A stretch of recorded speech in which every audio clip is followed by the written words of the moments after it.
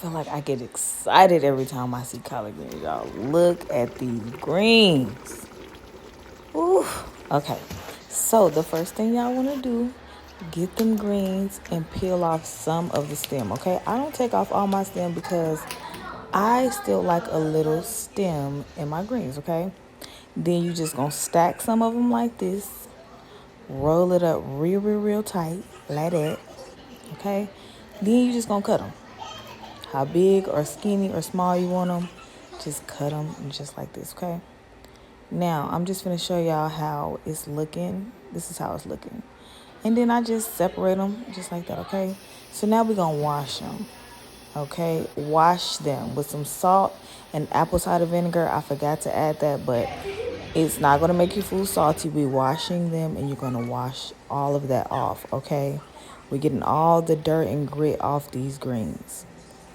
Okay, so you just gonna wash them there and then put it in another bowl or whatever you got. And you see that water? You see how clear it's running? That's what we wanted to do. We're gonna do that until the water runs clear.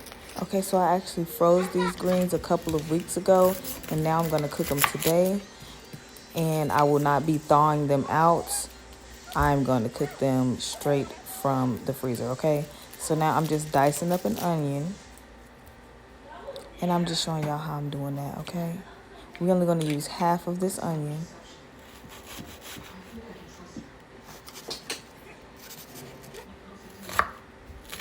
So you want to get it diced up like this, okay? If you like them smaller, just cut smaller cuts, okay? So boom, now we got our smoked turkey leg. We're going to put that in the pot with a little bit of chicken broth. And I realized I needed more chicken broth for this meal, but y'all will see. So now I'm just adding some water just to get it up there a little bit. So this is after like 2 hours and it still wasn't ready, wasn't falling off. So we're gonna cook it until the meat starts falling off the bone. You want to do this because you don't want bones in your greens. So now we got our greens and we just gonna dump the whole bag inside the water.